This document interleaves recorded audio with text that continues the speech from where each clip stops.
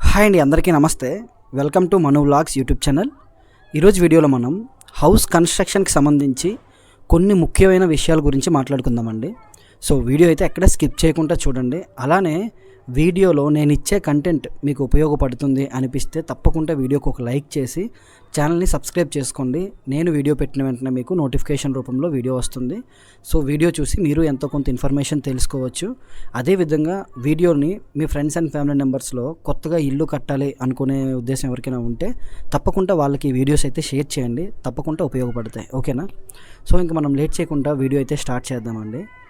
ఇల్లు కట్టి చూడు, పెళ్లి చేసి చూడు అన్నారు కదా చాలామంది పెద్దలు. సో ఇల్లు కట్టి చూడు అంటే ఇల్లు కడుతున్నప్పుడు ఎన్ని కష్టాలు ఉంటాయి, లేబర్కి ఎన్ని కష్టాలు ఉంటాయి, ఓనర్కి ఎన్ని కష్టాలు ఉంటాయి అనేది నాకు అనుభవం ఉందండి. అదేవిధంగా పెళ్లి చేసి చూడు అనే అనుభవం ఇప్పుడిప్పుడే అనుభవం వస్తుంది. సో రెండు కూడా ఒకదాన్ని మించి ఇంకొకటి, అంటే ఇల్లు కట్టి చూడు, పెళ్లి చూడు అనే రెండు కూడా, పెళ్లి కానీ ఇల్లు కానీ రెండు ఒకదాన్ని మించి ఇంకోటి ఉంటుందండి. అదేవిధంగా జీవితంలో చేసుకోబోయేది ఒకసారి, మనం పెళ్ళైనా సరే చేసుకున్నది ఒకసారి.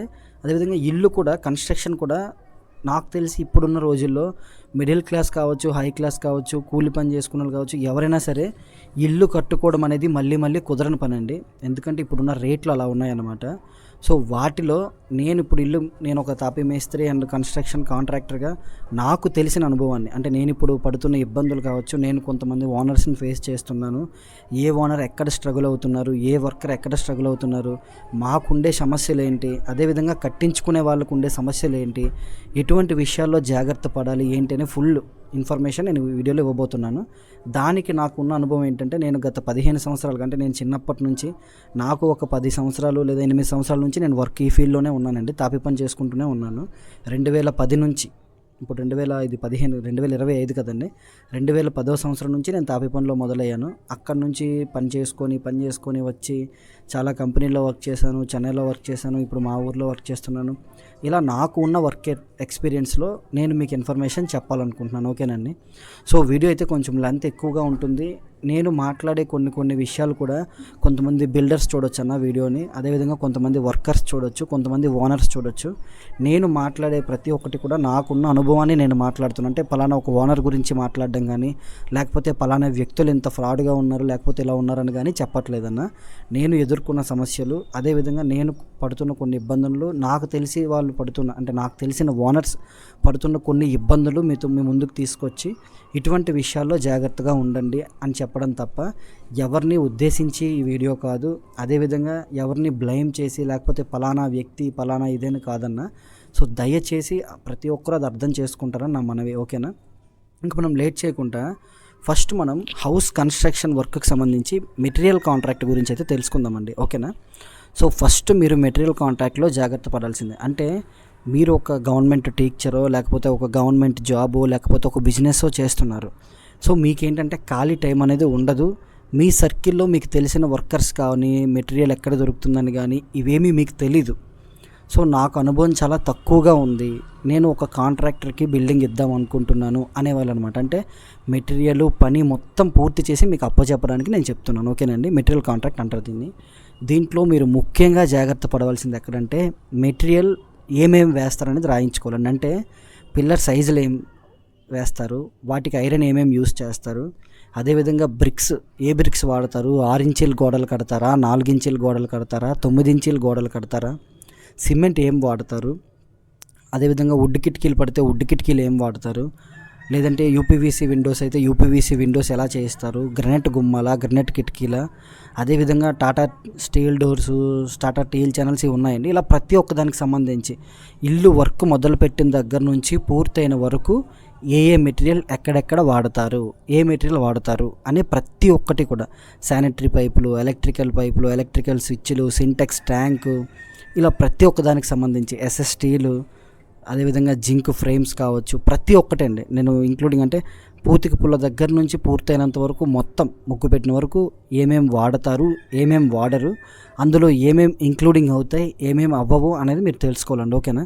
సో మెటీరియల్ కాంట్రాక్ట్ అనేది అన్నీ ఇంక్లూడింగ్ అవుతాయండి.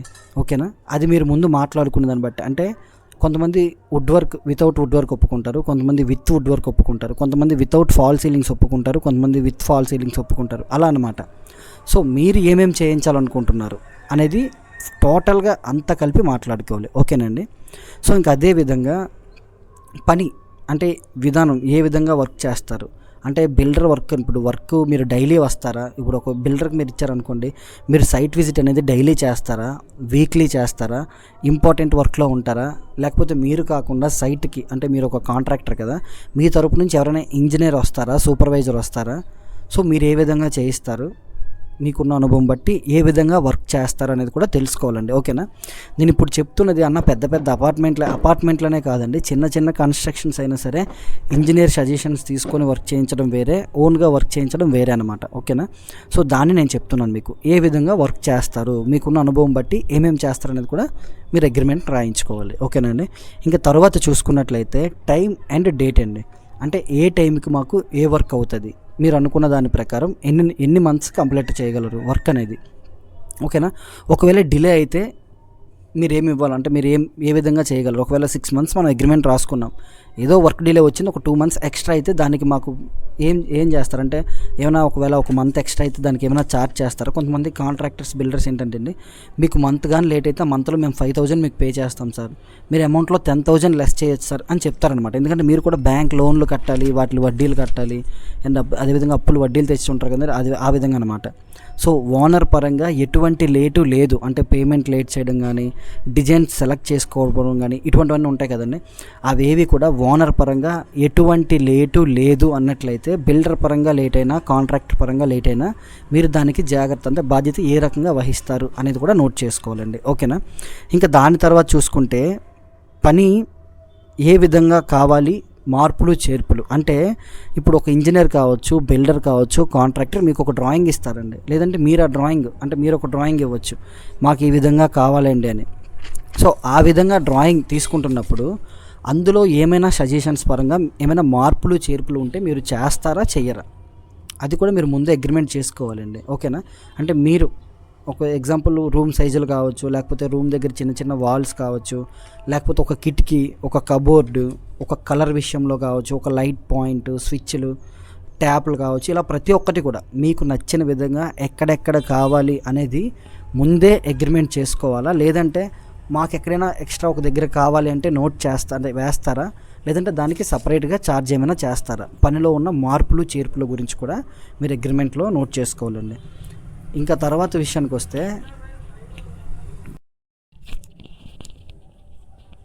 అండ్ అలానే మనం ఇంకోటి తెలుసుకోవాల్సింది ఏంటంటే అండి, ఫ్రెండ్స్ అండ్ ఫ్యామిలీ మెంబర్స్ మిగతా వాళ్ళు మనకు తెలిసిన సర్కిల్లో ఉంటారు కదండి, అలా ఎవరైనా ఏమైనా సజెషన్స్ ఇస్తే మనం ఎంతవరకు చెప్పొచ్చు అనేది కూడా ముందే చెప్పాలి. ఎందుకంటే మీరు ఒక డ్రాయింగ్ అనుకొని అగ్రిమెంట్ చేసుకున్న తర్వాత ఇది ఇలా ఉంటే బాగున్ను, అది అలా ఉంటే బాగున్ను అని చాలా వస్తాయి. అంటే అనుభవంతో చెప్పిన వాళ్ళు కొంతమంది ఉంటారండి, ఏ అనుభవం లేకుండా ఉట్టుకుట్టినే మిమ్మల్ని ట్రిగర్ చేసేవాళ్ళు కొంతమంది ఉంటారనమాట.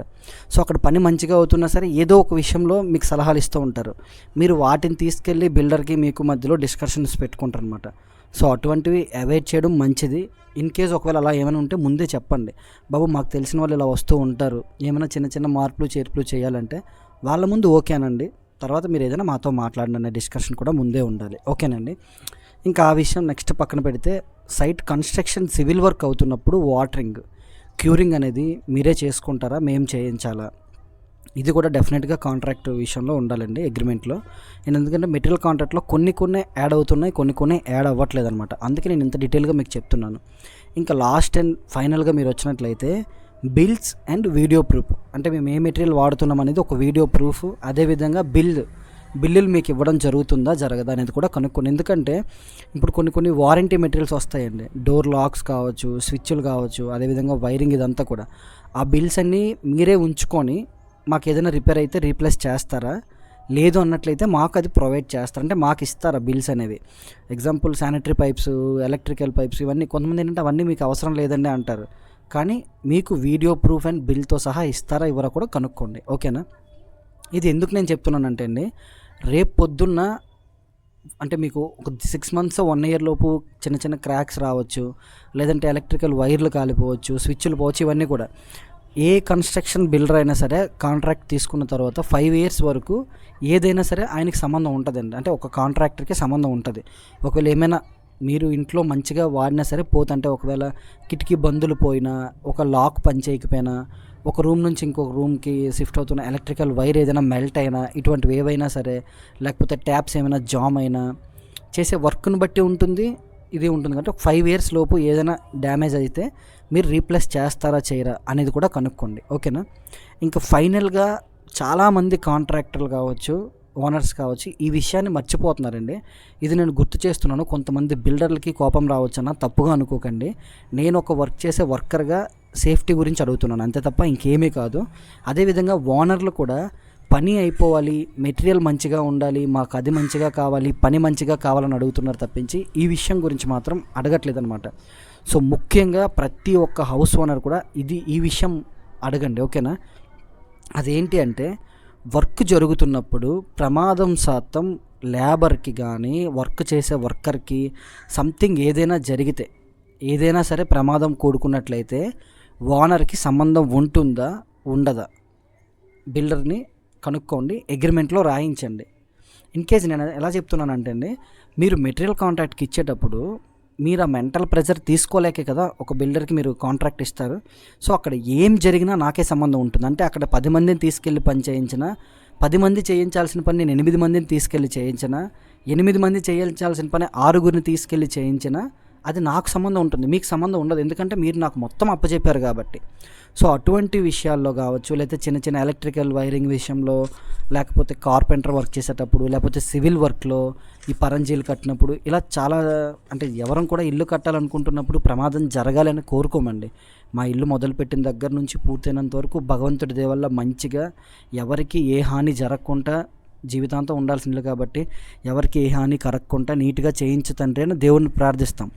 కానీ చిన్న చిన్న ప్రమాదాలు అనేవి జరుగుతాయి. అవి ఎటువల్ల జరుగుతాయి అంటే, బిల్డర్లకు గాబరు పెట్టడం, లేకపోతే మేస్త్రి పని వాళ్ళని గాబరు పెట్టడం, ఈ పని వాళ్ళు కొంచెం కంగారుగా పనిచేయడం, లేదంటే డ్రింక్ చేసి వచ్చి కొంతమంది పనిచేయడం, ఇలా కొన్ని ఎమర్జెన్సీ వర్క్లు ఏమైనా చేసినప్పుడు కానీ చిన్న చిన్న ప్రమాదాలు జరిగితే వాటికి బాధ్యతలు ఎవరు తీసుకోవాలి అంటే, ఎగ్జాంపుల్ చెప్తున్నానండి, ఒక వర్కర్కి ఏదైనా జరిగింది, ఒక 3 లక్షలు ఖర్చు అవుద్ది ఆ వర్కర్కి, ఎగ్జాంపుల్ అక్కడ డ్యామేజ్ జరిగి, అది బిల్డర్ పెట్టుకుంటాడా ఓనర్ పెట్టుకుంటాడా? ఎందుకంటే మీ సైట్లో వర్క్ చేస్తున్నామండి, మీరే పెట్టుకోవాలని బిల్డర్ అనొచ్చు. సో మీరు అవేవి చూసుకోలేకే కదా ఒక బిల్డర్కి ఇస్తున్నది. సో దాని గురించి కూడా మీరు అగ్రిమెంట్లో ముందే రాయించుకోవాలండి. ఓకేనా. ఎందుకంటే అక్కడ బిల్డర్ ఎక్స్పీరియన్స్, ఆయన దగ్గర పనిచేసే లేబర్స్ మీద నమ్మకం, ఇదంతా ఉన్నాయనైతే ధైర్యంగా సైన్ చేస్తాడండి. ఎందుకంటే ఏదైనా సంబంధం నాకే ఉంటుందని. అలా కాదని అన్న వాళ్ళు ఏంటంటే మీకు చెప్పరనమాట. సో అది కూడా మీరు ముందే కనుక్కోండి. లేబర్ సేఫ్టీ పరంగా మీరు ఎటువంటి జాగ్రత్తలు తీసుకుంటున్నారు, మాకు వర్క్ అయినంత వరకు కూడా ఏ వ్యక్తికి ఏది జరిగినా మాకు సంబంధం ఉండదు. ఓకేనండి. అదేవిధంగా ఫుడ్ కానీ, మంచినీళ్ళు కానీ, టీ కానీ, ఇటువంటివి కూడా మీరు ముందే మాట్లాడుకోవాలండి. ఎందుకంటే కొన్ని దగ్గరలో వీటి గురించి ఎక్కువ డిస్కషన్స్ వస్తూ ఉంటాయి. సో మీరు ఇప్పుడు ఓనర్ ఉన్నారు కదండి, ఓనరు లేబర్ ఇంత కష్టపడుతున్నారు ఎండలో, ఈ ఎండలో ఇలా వర్క్ చేయాలి కదా అని చెప్పేసి ఒకరు మజ్జిగ ఇస్తారు, ఒకరు టీ ఇస్తారు, ఒకరు మంచినీళ్ళు ఇలా ఇస్తారండి. కొంతమంది ఏంటంటే, మేము మెటీరియల్ కాంట్రాక్ట్కి అప్పచెప్పేసాం, మాకేం సంబంధం. ఇప్పుడు ఎగ్జాంపుల్ సెంటరింగ్ వర్కర్ వర్క్ చేస్తున్నారు, వాళ్ళకి పాపం ఎండగా ఉంది, సార్ ఏదైనా తీసుకోండి సార్, ఒక డ్రింకో లేకపోతే మజ్జిగో టీ అంటే, మేము మెటీరియల్ కాంట్రాక్ట్కి అప్పచెప్పాం బాబు, మాకేం సంబంధం లేదు, అన్నీ మీరు చూసుకోండి అని అంటారా? లేదంటే ఇస్తారా? ఇది కూడా ఉండాలండి డెఫినెట్గా. ఇలా ప్రతి ఒక్కటి కూడా మెటీరియల్ కాంట్రాక్ట్కి వర్క్ అప్పచెప్పే ముందు చెక్ చేసుకోండి. ఓకేనా. ఇవన్నీ మీరు అగ్రిమెంట్ చేయించుకొని అప్పుడు మీరు హౌస్ కన్స్ట్రక్షన్ కాంట్రాక్ట్ అనేది మాట్లాడుకోవాలండి. ఓకేనా. అదేవిధంగా చేస్తున్న ప్రతి పని కూడా, ఓకేనండి, ప్రతి పని వీడియో ప్రూఫ్ అండ్ బిల్స్ చెప్పాను కదా మీకు, అదనమాట. సో బిల్డింగ్ మొదలుపెట్టిన నుంచి ఎండ్ అయిన వరకు ప్రతి ఒక్క మెటీరియల్ గేజ్, పైప్ గేజెస్లో కావచ్చు, బ్రిక్ వర్క్ క్వాలిటీలో కావచ్చు, సిమెంట్ పాల్ మిక్సింగ్లో కావని, ఐరన్ కావచ్చు, లేబర్ సేఫ్టీ, ఇవన్నీ కూడా డీటెయిల్గా మొత్తం కనుక్కొని మీరు హౌస్ కన్స్ట్రక్షన్ అనేది చేయించాలండి. ఇందులో మీకు చాలామందికి సందేహం రావచ్చు, అన్న మేము చిన్న ఇల్లే కడదాం అనుకుంటున్నామన్నా, మా ఇల్లు ఒక 10 లక్షల్లో అయిపోయే ఇల్లు, చాలా తక్కువ ఎస్ఎఫ్టీ అని అనుకోవచ్చండి. ఇక్కడ ఎస్ఎఫ్టీ తక్కువ ఎక్కువ అనేది సమస్య కాదండి. అంటే మీరు పెద్ద బిల్డింగ్ కడుతున్నారా, చిన్న బిల్డింగ్ కడుతున్నారా, లేకపోతే ఒక 1000 ఎస్ఎఫ్టీలో కడుతున్నారా, 2000 ఎస్ఎఫ్టీ అనేది మ్యాటర్ కాదండి. చిన్నదైనా పెద్దదైనా మీరు ఒక కాంట్రాక్టర్కి ఇచ్చేటప్పుడు ఇది ప్రతి ఒక్కటి కూడా నోట్ చేసుకోవాలి. ఎందుకంటే పెద్ద ఇల్లు కడితేనే ప్రమాదాలు జరుగుతాయి, చిన్న ఇల్లు కడితే జరగవని కాదు. మన దరిద్రం బాగోపోతే, మీరు అప్పు చేసి కట్టిస్తున్న ఇల్లు కొంచెం మీ తలరాత బాగోపోతే అక్కడ ఏదైనా చిన్న ప్రమాదం జరిగిందనుకోండి, దానికి లక్షలు పోయాల్సి వస్తుందన్నమాట. నేను అనుభవించాం కాబట్టి, అంటే మేము అనుభవించాం, మాకు తెలిసిన వాళ్ళు పడ్డారు కాబట్టి చెప్తున్నాను, అనుభవంతో చెప్తున్నాం అనమాట. ఓకేనా. సో మెటీరియల్ కాంట్రాక్ట్కి అప్పచెప్పినప్పుడు సైట్ మీరు అప్పచెప్పిన తర్వాత సైట్ కన్స్ట్రక్షన్ వర్క్ పూర్తయినంత వరకు కూడా పూర్తిగా బిల్డర్కి సంబంధం ఉంటుందండి, ఓకేనా. సో ఆ సంబంధం అనేది ఏరియా వైజ్గా మారిపోతుంది. అంటే ఒక బిల్డర్ నేను ఫాల్ సీలింగ్ చేయించనండి అంటారు. ఒక బిల్డర్ మేము ఇప్పుడు ఎగ్జాంపుల్ మేము ఉన్నామండి, మేము బోర్ వేయించాం, కన్స్ట్రక్షన్ కాంట్రాక్ట్ తీసుకుంటే బోర్ వేయించమన్నమాట. సో ఓనర్ మాకు బోర్ వేయించి మీటర్ పెట్టించి అప్పచెప్పాలి. అలా ఏరియా వైజ్గా ఒక్కొక్క కంపెనీ అంటే వాళ్ళు పెట్టుకునే థియరీని బట్టి కంపెనీస్ బట్టి వాళ్ళ రూల్స్ వాళ్ళకు ఉంటాయి, మీ రూల్స్ మీకు ఉంటాయి అన్నమాట. సో వాటిలో మీకు సంబంధం ఏముంది, వాళ్ళకి ఏం సంబంధం ఉంది అనేది కనుక్కొని క్లారిటీగా బిల్డర్తోని మీరు అగ్రిమెంట్ అనేది చేయించుకోవాలండి, ఓకేనా. సో ఇంకా ఏమైనా విషయాలు నేను మర్చిపోయినట్లంటే గుర్తు ఉన్నంత వరకు చెప్పానండి. ఒకవేళ మీకేమైనా సందేహాలు ఉన్నట్లయితే తప్పకుండా కామెంట్లో అడగండి, దాన్ని కూడా మనం అడుగుదాం. అదేవిధంగా చాలామంది బిల్డర్స్ ఈ వీడియో చూడొచ్చన్న. సో నేను చెప్పిన ఇది కొంతమందికి ఏంటంటే కోపం రావచ్చు, ఇవన్నీ ఎందుకు ఇలా చెప్తున్నాడు ఏంటి అని. సో ఎవరు ఏమీ అనుకోవద్దు. అదేవిధంగా ఓనర్స్ కూడా కొంచెం ఆలోచించండి అన్న. డబ్బులు తక్కువైపోవాలని ఆలోచిస్తున్నారు తప్ప మీకు అక్కడ ఏ మెటీరియల్ వాడుతున్నారు, ఏ విధంగా వర్క్ జరుగుతుందని మీరు చూడట్లేదు, మీ అనుభవం మీకు తెలియట్లేదు అంతేని. కొత్త బిల్డర్స్ వస్తున్నారు, కొత్త వర్కర్స్ వస్తున్నారు. ప్రతి ఒక్కరు ఇప్పుడు కన్స్ట్రక్షన్ కాంట్రాక్టర్ అంటున్నారు, కన్స్ట్రక్షన్ బిల్డర్ అంటున్నారు. సో వాళ్ళకున్న అనుభవం ఏంటి, వాళ్ళు ఏ విధంగా పని చేస్తారు, అసలు ఏంటి వాళ్ళ ఎక్స్పీరియన్స్ ఏంటి, ఏ విధంగా వర్క్స్ చేశారనేది చూసుకున్నాను. ఎందుకంటే జీవితాంతం మీరు ఉండాల్సిన ఇల్లు అది, ఓకేనా. మనం ఇప్పుడు ఎగ్జాంపుల్ ఒక పెళ్లి చేసామంటే అబ్బాయి ఏం చేస్తాడు, అమ్మాయి ఏం చేస్తుంది, వాళ్ళ ఫ్యామిలీ ఏంటి, ఇవన్నీ ఎలా చెక్ చేసుకుంటున్నామో హౌస్ కన్స్ట్రక్షన్ విషయంలో కూడా అలానే చెక్ చేసుకోవాలండి, ఓకేనా. సో నాకున్న అనుభవాన్ని మీతో షేర్ చేసుకున్నందుకు మీకు ఎంతో కొంత నాలెడ్జ్ ఉపయోగపడితే అంటే పడింది అన్నట్లయితే మీకు తప్పకుండా వీడియోకి లైక్ చేయండి, ఛానల్ సబ్స్క్రైబ్ చేసుకొని మీ ఫ్రెండ్స్ అండ్ ఫ్యామిలీ మెంబర్స్కి వీడియో షేర్ చేయండి అన్న, ఓకేనా. ఇంకా నెక్స్ట్ వీడియో నేను అప్లోడ్ చేయబోయేది ఏంటంటే లేబర్ కాంట్రాక్ట్కి ఓనర్ ఎటువంటి జాగ్రత్తలు తీసుకోవాలి. ఇప్పుడు నేను చెప్పింది మొత్తం మీకు మెటీరియల్ కాంట్రాక్ట్ అయితే ఏ విధంగా జాగ్రత్తలు తీసుకోవాలని చెప్పాను కదండి. అదేవిధంగా లేబర్ కాంట్రాక్ట్లో కూడా మీరు ఎటువంటి విషయాల్లో జాగ్రత్త పడాలనేది డీటెయిల్గా నేను చెప్తానండి, ఓకేనా. ఒకవేళ మీకు వర్క్ విషయంలో అంటే వర్క్ ఏ విధంగా చేయించుకోవాలి, మాకు ఇది అర్థం కావట్లేదు అని ఇలా చెప్పింది అంటే మను కన్స్ట్రక్షన్ యూట్యూబ్ ఛానల్లో నేను డీటెయిల్గా వర్క్ వీడియోస్ కూడా అప్లోడ్ చేస్తున్నానండి. అది నా మొదటి ఛానల్, ఒకసారి ఆ ఛానల్లో వీడియోస్ ఉంటాయి, విజిట్ చేయండి. బెల్ స్లాబ్ కాంక్రీట్ ఏంటి, బ్రిక్ వర్క్ ఎలా చేయించాలి, కన్స్ట్రక్షన్ పిల్లర్ గుమ్ముల్లో జరిగే తప్పులు ఏంటి, అవి ఎలా రీప్లేస్ చేయాలి, ఇలా ప్రతి ఒక్కటి కూడా ఆ ఛానల్లో ఉంటుందండి, ఓకేనా. సో మీకు ఫుల్ ఇన్ఫర్మేషన్ కావాలన్నట్లయితే మను కన్స్ట్రక్షన్స్ కూడా చూడండి. అందులో మేము వర్క్ చేసే ప్రతి ఒక్కటి కూడా మీకు వీడియో ప్రూఫ్తో సహా ఉంటుంది వీడియో అనేది, ఓకేనా. సో మీరు చూడండి, విజిట్ చేసినట్లయితే మీకు వీడియోస్ నచ్చితే లైక్ చేయండి, ఓకేనా. సో వీడియో లెంత్ ఎక్కువైందని ఎవరు ఏమీ అనుకోవద్దండి, ఓకేనా. సో నెక్స్ట్ వీడియోతో మళ్ళీ మీ ముందుకు వస్తా. Thanks for watching. For more such content middle class Manu vlogs YouTube channel, అలానే మను కన్స్ట్రక్షన్స్ యూట్యూబ్ ఛానల్ కూడా ఒకసారి చూడండి. అందులో ఉన్న వీడియోస్ కంటెంట్ మీకు నచ్చితే తప్పకుండా వీడియోస్ లైక్ చేసి ఛానల్ అయితే సబ్స్క్రైబ్ చేసుకోండి. Thanks for watching. Bye bye. Jai Hind.